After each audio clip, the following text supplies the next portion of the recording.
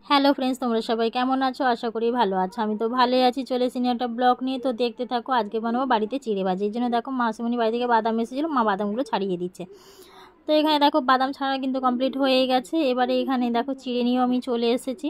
এবার কড়াইয়ের মধ্যে হচ্ছে তেল গরম করতে দিয়ে দিয়েছি। কড়াইয়ের মধ্যে তেলটা ভালো করে গরম হয়ে গেলে এবার যে চিড়েগুলো আমি রেখেছিলাম সেই চিড়েগুলো এবার কিন্তু আমি তেলের মধ্যে দিয়ে দেবো। তো দেখো এখানে কিন্তু চিড়েগুলো কড়াইয়ের মধ্যে দিতে কিন্তু খুব সুন্দর কিন্তু ভাজা হচ্ছে। দেখো লাল লাল করে আমি কিন্তু ভেজে ফেলেছি চিড়েগুলো এখানে। তো এবার যে আমি যে ক্যারি পাতাগুলো এখানে দিয়ে ভালো করে ভেজে নিচ্ছি। আর চিড়ে ভাজার মধ্যে কিন্তু ক্যারি পাতা দিলে খেতে কিন্তু খুব সুন্দর টেস্ট লাগে। তো দেখো আমার এখানে ক্যারি পাতাগুলো ভাজা হয়ে গেছে। আর বেশি ভাজলে কিন্তু সেন্ট পাওয়া যায় না ক্যারি পাতার, তো আমি জন্য বেশি কিন্তু ভাজলাম না। আর আমার ছোটো মেয়ে কিন্তু চিড়ে ভাজা খেতে খুবই পছন্দ করে। তো এবার যে মা যে ছাড়িয়ে দিয়েছিল বাদামগুলো এবার আমি ভালো করে ভেজে নিচ্ছি।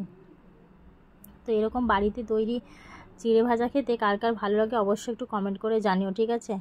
আমার তো প্রথমেই বললাম ছোটো মেয়েও খুব ভালোবাসে আর আমিও খুব ভালোবাসি বাড়ির তৈরি চিড়ে ভাজা খেতে। তো দেখো এখানে বাদামগুলো কিন্তু ভাজা কমপ্লিট হয়েই গেছে। এবার আমি এখানে নিয়ে নিয়েছি গোলমরিচ। দেখো গোলমরিচটাকে ভালো করে আমি শিলের মধ্যে গুঁড়ো করে নিলাম। তো একটু দানা দানা থাকলে ভাল লাগে না। তো দেখো এখানে কিন্তু আমি কিন্তু গোলমরিচের গুঁড়োটা কিন্তু চিড়ে ভাজার মধ্যে দিয়ে দিলাম। আর এখানে দিয়ে দিলাম অল্প পরিমাণ মতো বিট নুন। তোমরা চাইলে কিন্তু এখানে লঙ্কা ভাজা কিংবা চানাচুর দিতেই পারো।